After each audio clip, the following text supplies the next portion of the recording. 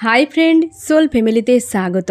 এখন আমি তোমার প্রিয় মানুষটির এনার্জি চেক করব। আজ সকালে তোমার প্রিয় মানুষটির মর্মস্তিষ্কে তোমাকে এবং তোমাদের সম্পর্ক নিয়ে কী চলছে সেটাই দেখব এই রিডিংয়ের মাধ্যমে। এই রিডিং কালেকটিভ, জেনারেল, টাইমলেস এবং জেন্ডার স্পেসিফিক নয়। তুমি পজিটিভ মাইন্ডসেট নিয়ে রিডিংটি দেখো এবং রিডিংয়ের শেষে আমি অবশ্যই তোমায় গাইডেন্স দিয়ে দেব। এখন যে ফ্রেন্ড রিডিং দেখছে তার প্রিয় মানুষটির মর্মস্তিষ্কে আজ সকাল সকাল তাকে এবং তাদের সম্পর্ক নিয়ে কি চলছে।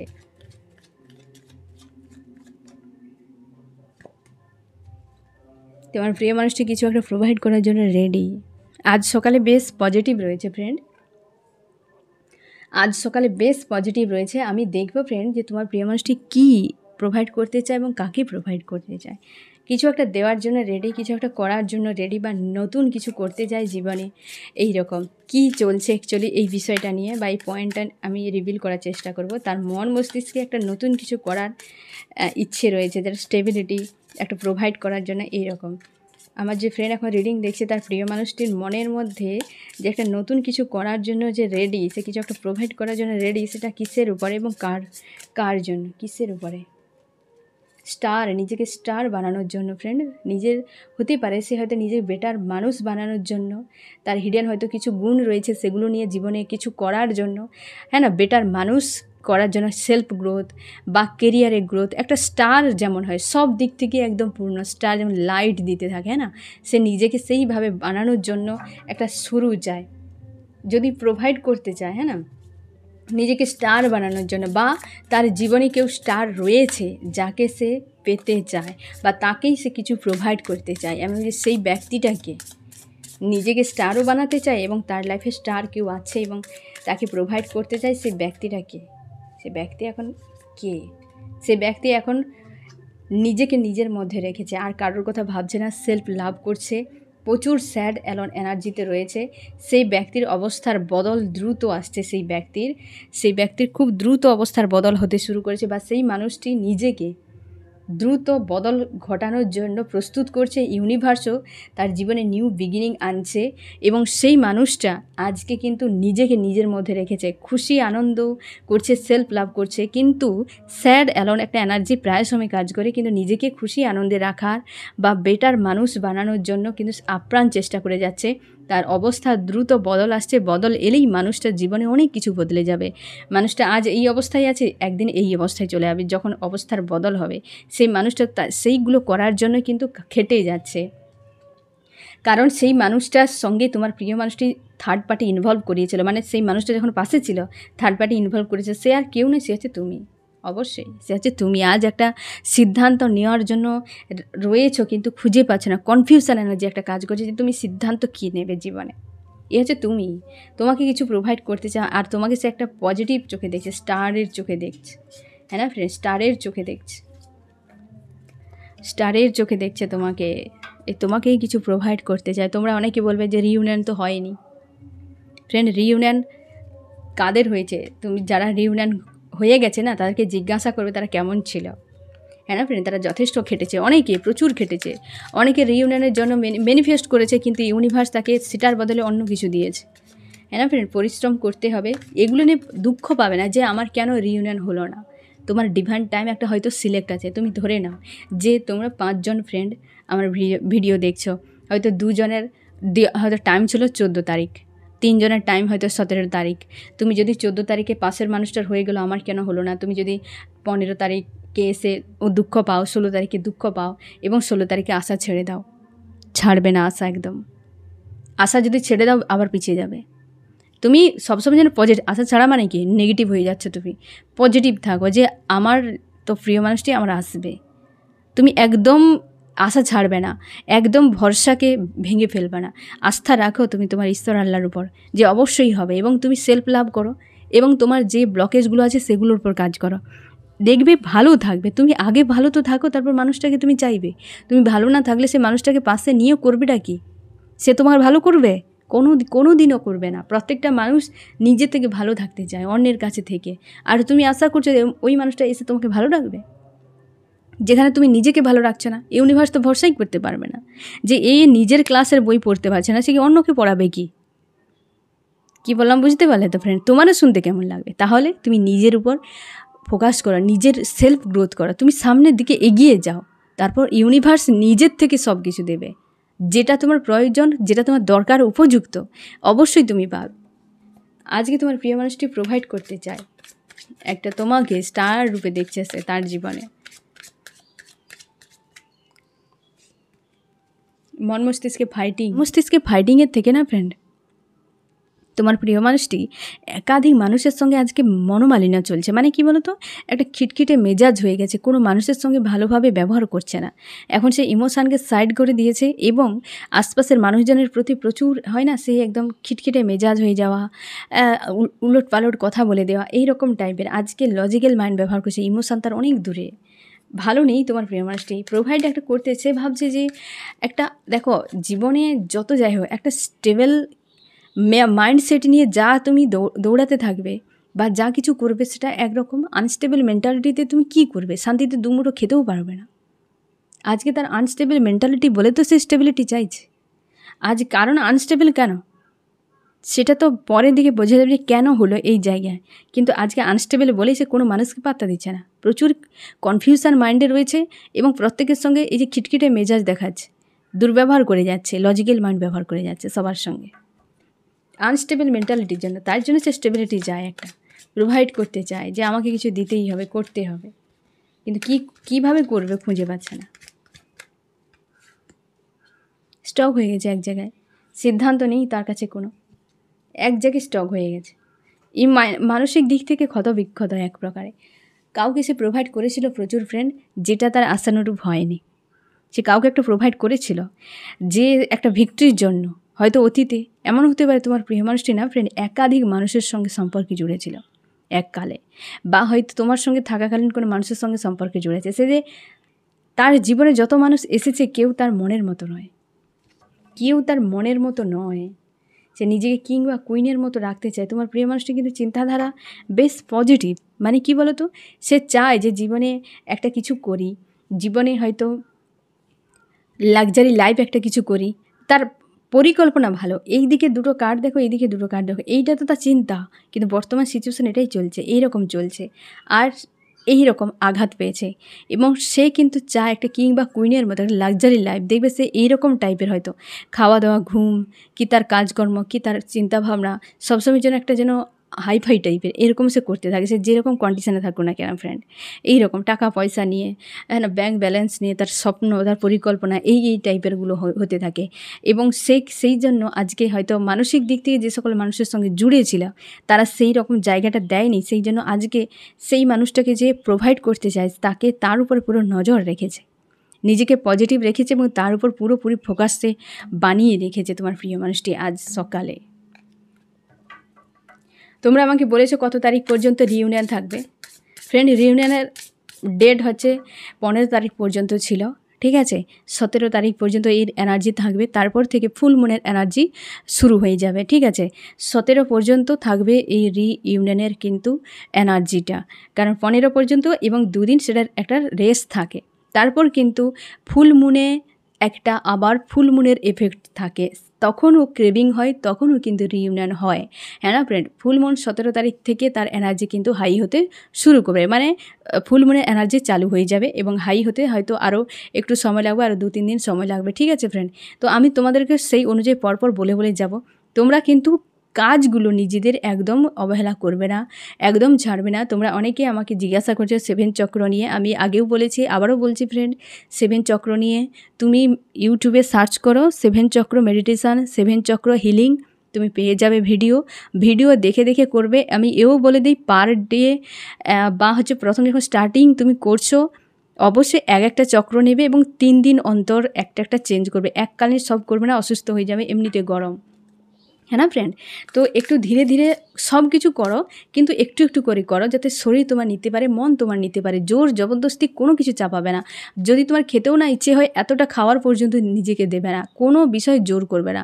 ইমোশানকে দাবাচ্ছ, ইমোশান এও তো একটা আমাদের শরীরের ভেতরের অঙ্গ, সে তো আমাদের মনের, আমাদের সোলের অঙ্গ, তার উপরে কেমন টর্চার করছো। মন চাইছে এক, তুমি চাপাচ্ছ অন্য কিছু। মন হয়তো কষ্ট পাচ্ছে, কাঁদতে চাইছে, তুমি কাঁদতে দিচ্ছ না। কেঁদে নিলেই তো হালকা হয়ে যাবে। তুমি হাসতে চাইছে, একদম হাসতে দিচ্ছ না। প্রাণ খুলে বাঁচছ না। এগুলো করতে যাবে না, এ তো ফ্রাস্ট্রেট হয়ে যাবে, সবসময় ডিপ্রেস ফিল করবে। তোমাকে একটু ফ্রিলিভাবে থাকো, যেমন বাচ্চারা থাকে, যে যা হয় হবে। পশু পাখিরাও তো আছে, তারাও তো প্রকৃতিতে এসেছে কিছু করার জন্য, তুমিও সেভাবে করো বাচ্চাদের মতো। তুমি কোনো দিন ভুলবে না, তোমার বয়স যতই হোক, যে আমি বাচ্চা,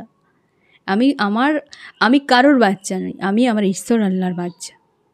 সব সময় জানো যে তোমার ঈশ্বর, তোমার আল্লাহ, তারই বাচ্চা তুমি, আর কারোর নয়।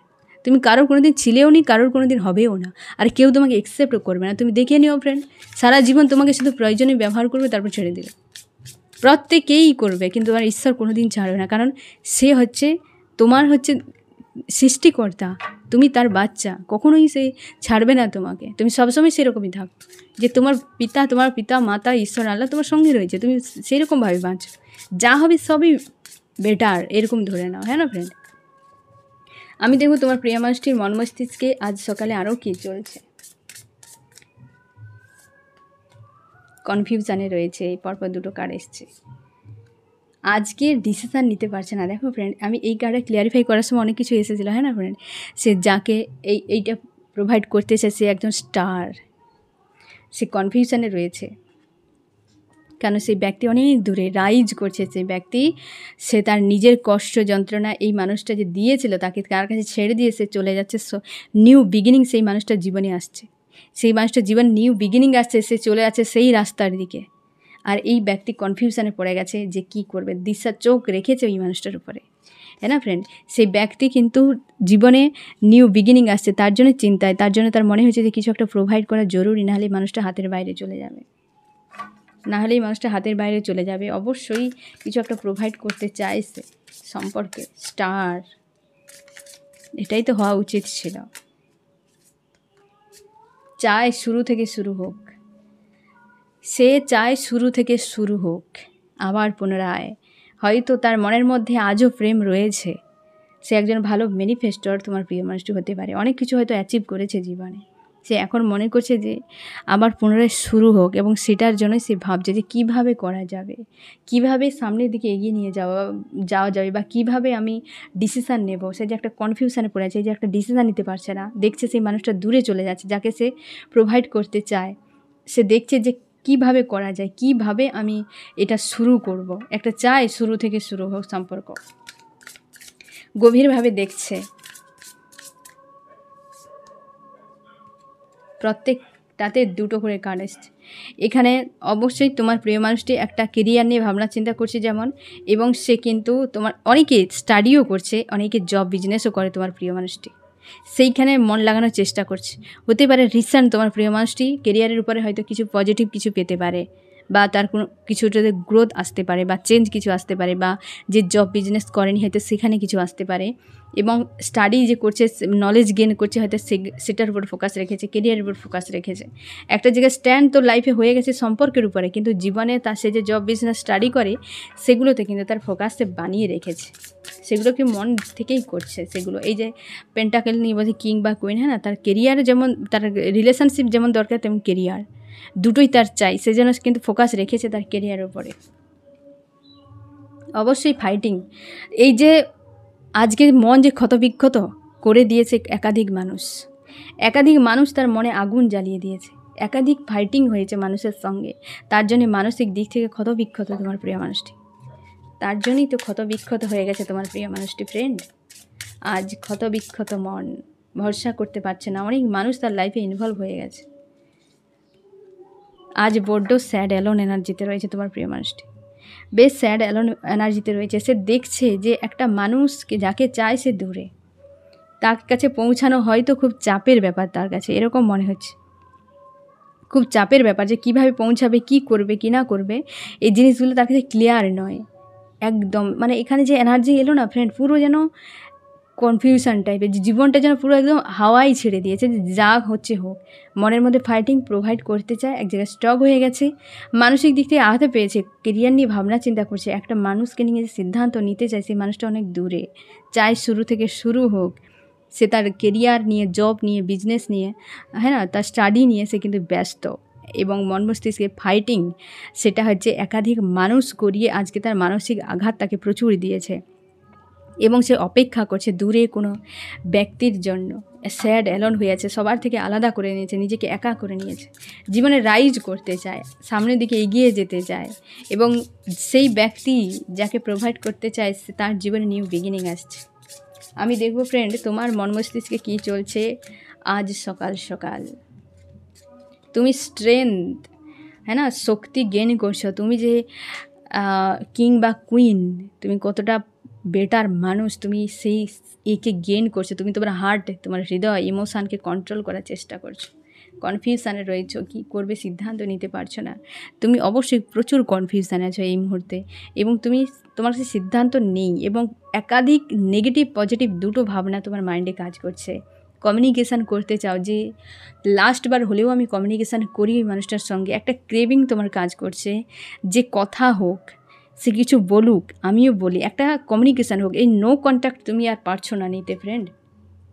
ভিক্টরি একটা চাও, তার জন্য কিন্তু জীবনে তুমি অনেক কিছু হয়তো অ্যাচিভ করেছো, বা তোমার ট্যালেন্ট রয়েছে, তুমি অনেক বিষয়ে খাটছো বা পরিশ্রম করছো, যে জীবনে অনেক কিছু চাই বা অনেক কিছু আমাকে করতে হবে, গেইন করতে হবে। সেই জন্য কিন্তু তুমি অনেক কিছুর উপরে কাজও করছো বা করেওছো, এবং তুমি আজ হয় না যে একটা ধ্যান নিয়ে, একটা ধৈর্য ধরে, এই যে একটা ধৈর্য জিনিসটা তোমার হয়তো আগে ছিল না, বা কোনো বিষয়ের উপর ধ্যানকে কেন্দ্রিত করা, এটা হয়তো তোমার আগে ছিল না, এখন তোমার অনেকটা ধীরে ধীরে হচ্ছে। তোমরা অনেকে মেডিটেশান করছো, অনেকে হয়তো স্পিরিচুয়াল হয়ে গেছে, অনেক ঈশ্বর আল্লাহর উপর তোমার আস্থা বেড়ে গেছে, তুমি তোমার লাইফকে ছেড়ে দিয়েছো ঈশ্বর আল্লাহর উপর, এই রকম। এবং তুমি অপেক্ষায় আছো, অবশ্যই একটা অপেক্ষায় রয়েছো, কিছু একটা রয়েছে তোমার কাছে তাকে নিয়ে, এবং তুমি চাও যে কোনোভাবেই এই সম্পর্ক বাদ না হয়ে যাক। তুমি মানুষটাকে কিন্তু চাও, কারণ ভালোবাসো, এই মানুষটাকে ফিরে পেতে চাও।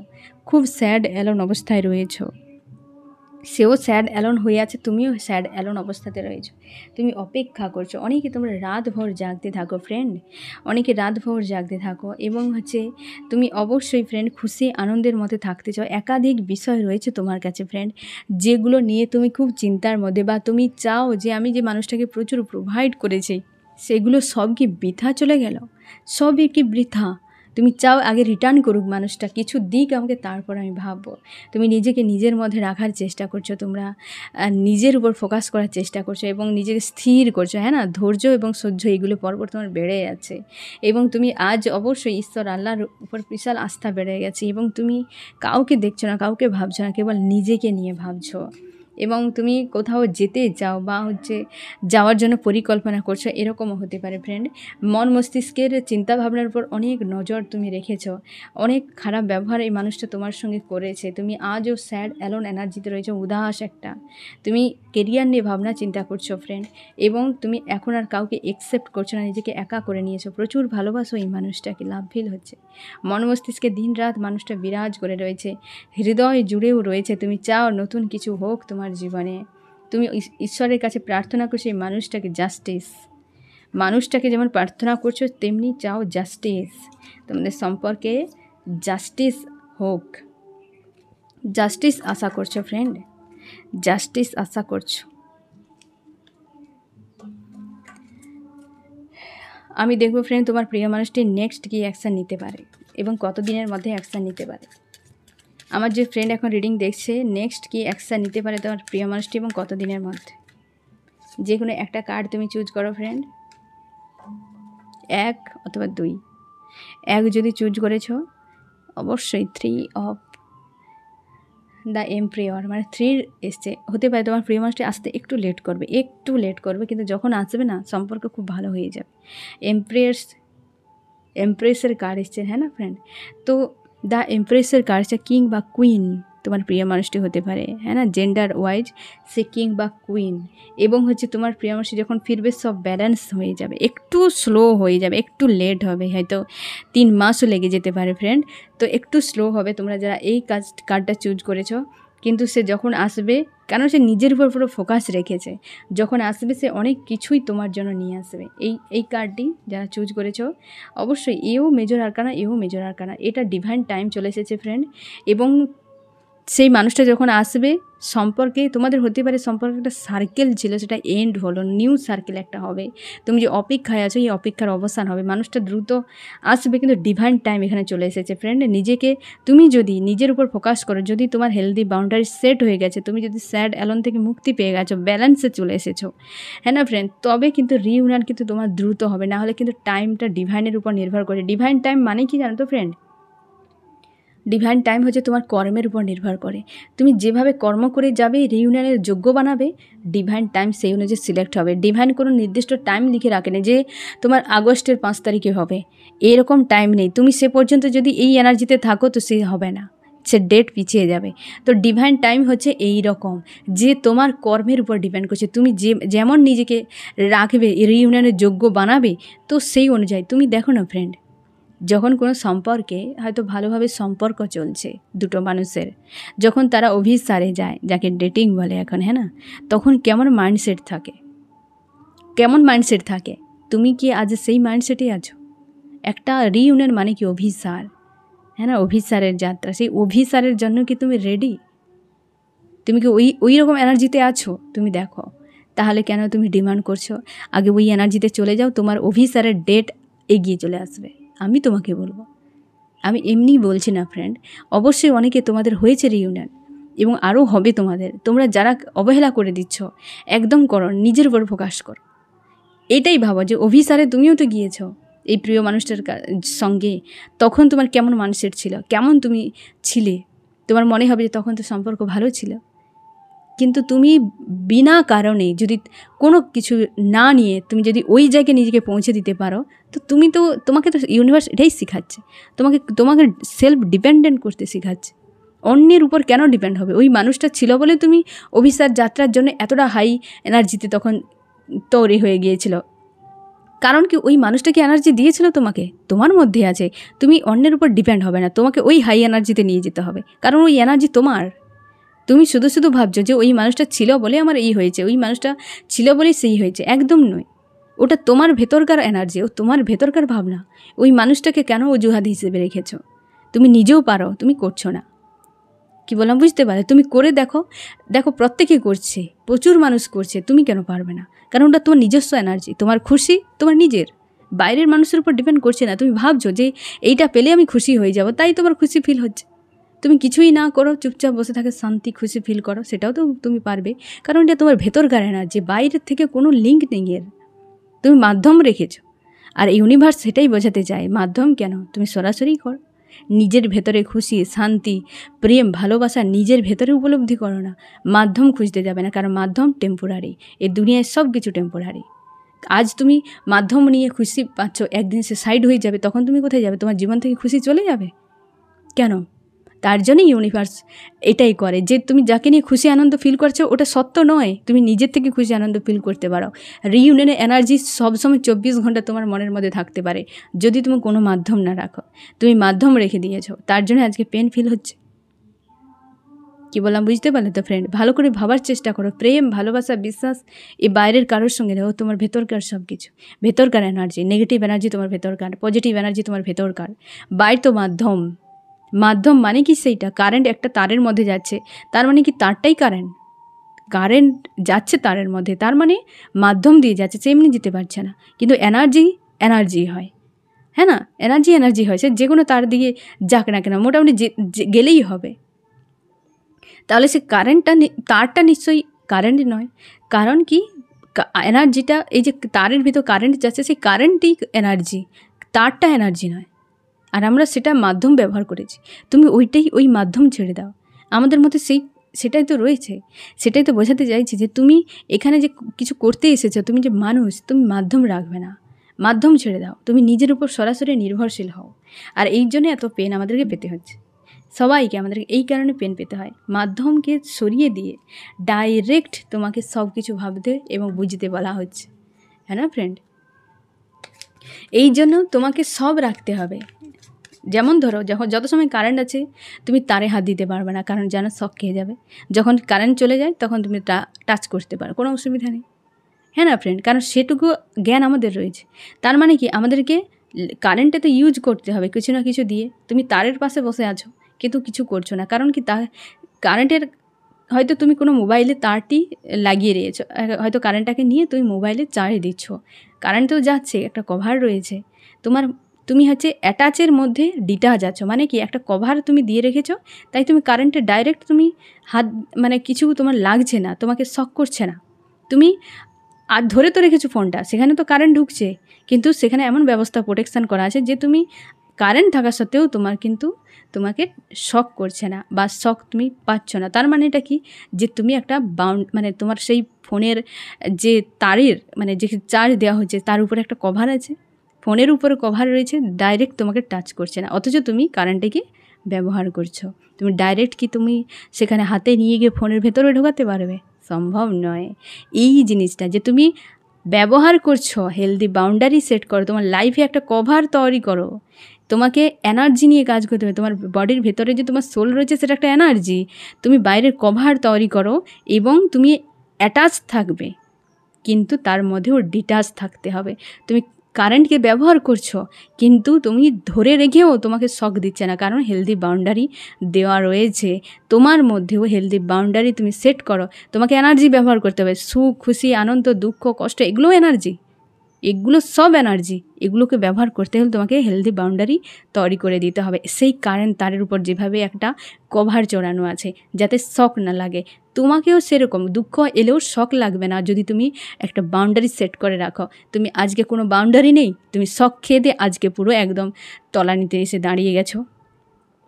কি বললাম বুঝতে পারলে তো ফ্রেন্ড? এটা দ্রুত তৈরি করে, এইটা তৈরি করার জন্য বারবার আমাদেরকে শক এই হেলদি বাউন্ডারি সেট করার জন্য বারবার ইউনিভার্স আমাদেরকে এই সোল শকগুলো দিতে থাকে। কি বললাম বুঝতে পারলে friend?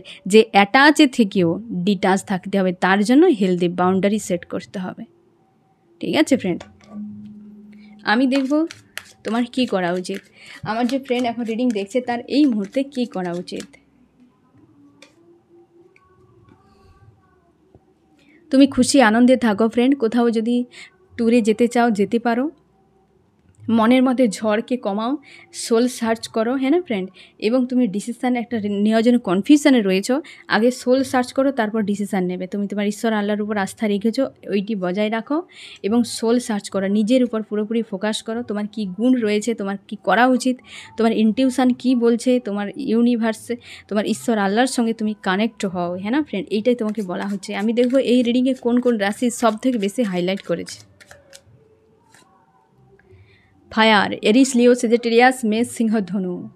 Water, cancer, Scorpio, Pisces, কর্কট, মীন, বৃশ্চিক। আবারও ফায়ার, তারপর হচ্ছে ওয়াটার, ক্যান্সার, স্করপিও, পাইসিস, কর্কট, মীন, বৃশ্চিক। এখানে রয়েছে আর্থ, টরাস, ভর্গ, ক্যাপ্রিকর্ন, বৃষ, কন্যা, মকর এবং রয়েছে এয়ার, জিমনি, লিব্রা, অ্যাকুরিয়াস, মিথুন, তুলা, কুম্ভ। সব থেকে বেশি ফায়ার, ওয়াটার সব থেকে বেশি এবং আর্থ, হ্যাঁ না ফ্রেন্ড? এখানেও বলা হয়েছে যে থার্ড পার্টি ছেড়ে তোমার প্রিয় মানুষটি আসছে, প্রচুর রাগ, ইগো রয়েছে এবং ফিউচার তোমাদের ভালো হতে চলেছে। কারণ মানুষটা অনেক কিছু শিখে তারপর কিন্তু আসবে। তোমাদের অনেকের ক্ষেত্রে একটা সার্কেল চলছিল, সে সার্কেল এন্ড হলো, বা অনেকে তোমরা হচ্ছে তোমার প্রিয় মানুষটি যে সঙ্গে যে সিনারি অনেক ঘটে গেছে, এগুলো হয়তো তোমার ডেস্টিনিতে ছিল তাই তুমি পেয়ে গেছো। লেট গো করো, অন্যেস মানসিকতা অ্যাকসেপ্ট করো, মানুষটাকে আসতে দাও, তারপর সিদ্ধান্ত নেবে যে অ্যাকসেপ্ট করবো নাকি রিজেক্ট করে দেবো। এখন তো তোমার মনের মধ্যে যে অস্বস্তি, কষ্ট, তার জন্য তোমাকে স্ট্যান্ড নিতে হবে, না ফ্রেন্ড? তো এই হচ্ছে তোমার রিডিং। কেমন লাগলো জানিও। সোল ফ্যামিলিতে জুড়ে থাকার জন্য অনেক অনেক ধন্যবাদ।